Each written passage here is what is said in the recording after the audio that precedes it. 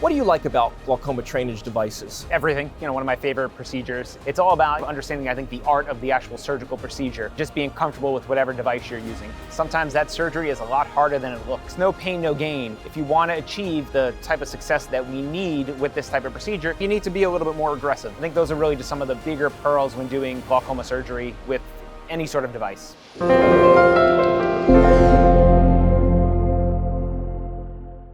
Hello, my friends. We're back here at the APAO 2023 with Nova Eye, and it's popping off here in Kuala Lumpur. We're now with Dr. Joseph Panarelli, the Director of Glaucoma Services at NYU Grossman School of Medicine. Welcome, Dr. Panarelli. Thank you. Pleasure to be here. So we're here to talk about drainage, and specifically the Molteno3 glaucoma drainage device from Nova Eye. So Dr. Panarelli, as the Director of Glaucoma at a large and prestigious university clinic, you've done your fair share of glaucoma surgeries. What do you like about glaucoma drainage devices?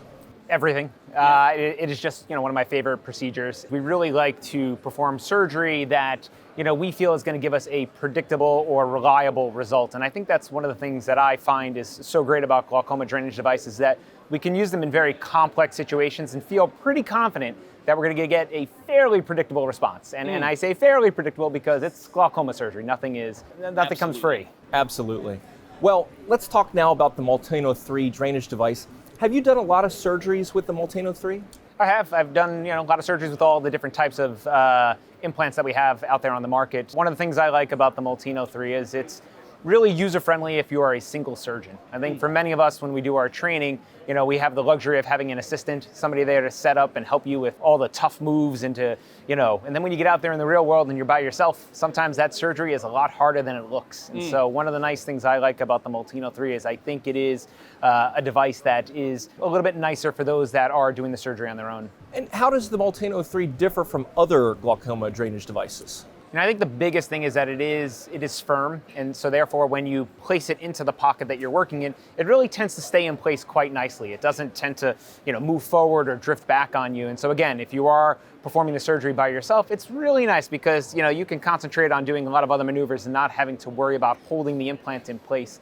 The other thing that's nice is that it has these really nice eyelets, which are easier to hit with your needle pass. And so I like those. Those are probably two of the bigger features that I think are important in distinguishing it from other similar products. Great. Can you please talk us through the benefits of the Molteno3 device? There are several benefits. I think it starts with its actual design and size. One of the nice things is that you do have an option on the smaller end of the spectrum. So you have the 185, and it's a non-valved implant. When you look at other similar devices, the only one that is that small is a valved implant, and we have there's a lot of questions as to whether or not valve versus non-valved has impact on final IOPs. So for some of my high-risk patients where I do want to get some good IOP reduction and minimize the risk of hypotony, I will tend to use the 185 Molteno. And then there are some other things just in terms of the actual implant itself, in terms of the shape, size, design that make it again really user-friendly. So do you have any other opinions on valve versus non-valve glaucoma drainage devices that you could share with us? I think, we've seen some really great studies come out in the literature comparing valved and non-valved. I think typically I do like valve devices for a lot of my patients who are at high risk of having hypotony-related issues. So pseudoexfoliative glaucoma, uveitic glaucoma, neovascular glaucoma, wonderful places for a valved implant.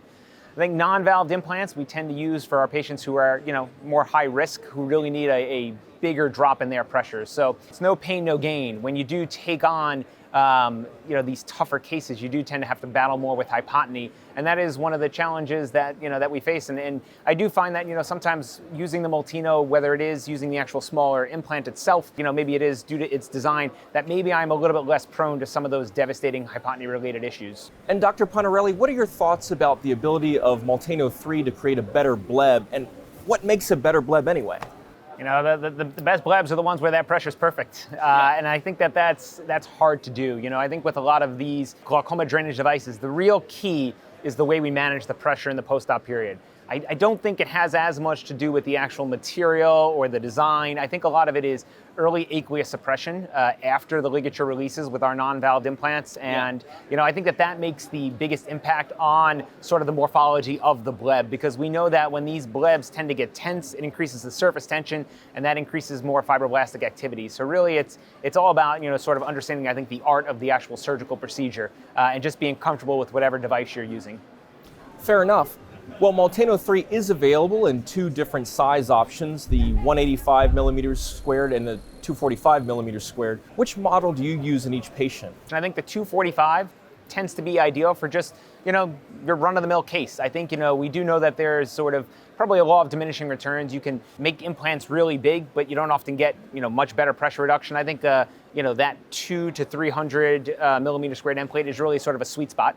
The 185 is definitely nice for some of those patients who have a lot of conjunctival scarring, or again, those patients who are at higher risk of having hypotony-related issues. By the way, what are your surgical pearls for Molteno3 in implantation?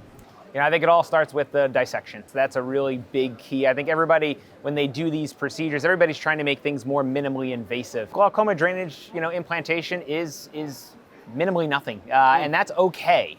Again, if you want to achieve, the type of success that we need with this type of procedure, you need to be a little bit more aggressive. So I think, not being afraid to do a little bit of a broader dissection, not being afraid to, isolate the muscles and really free up the tissue. I think those are really just some of the bigger pearls when doing glaucoma surgery with any sort of device. Well, that's all the time we have today with Dr. Panarelli. We sure appreciate his thoughts and look forward to more conversations around APAO 2023. Thanks so much for joining us. Thank you, appreciate it. All right. Nice being here.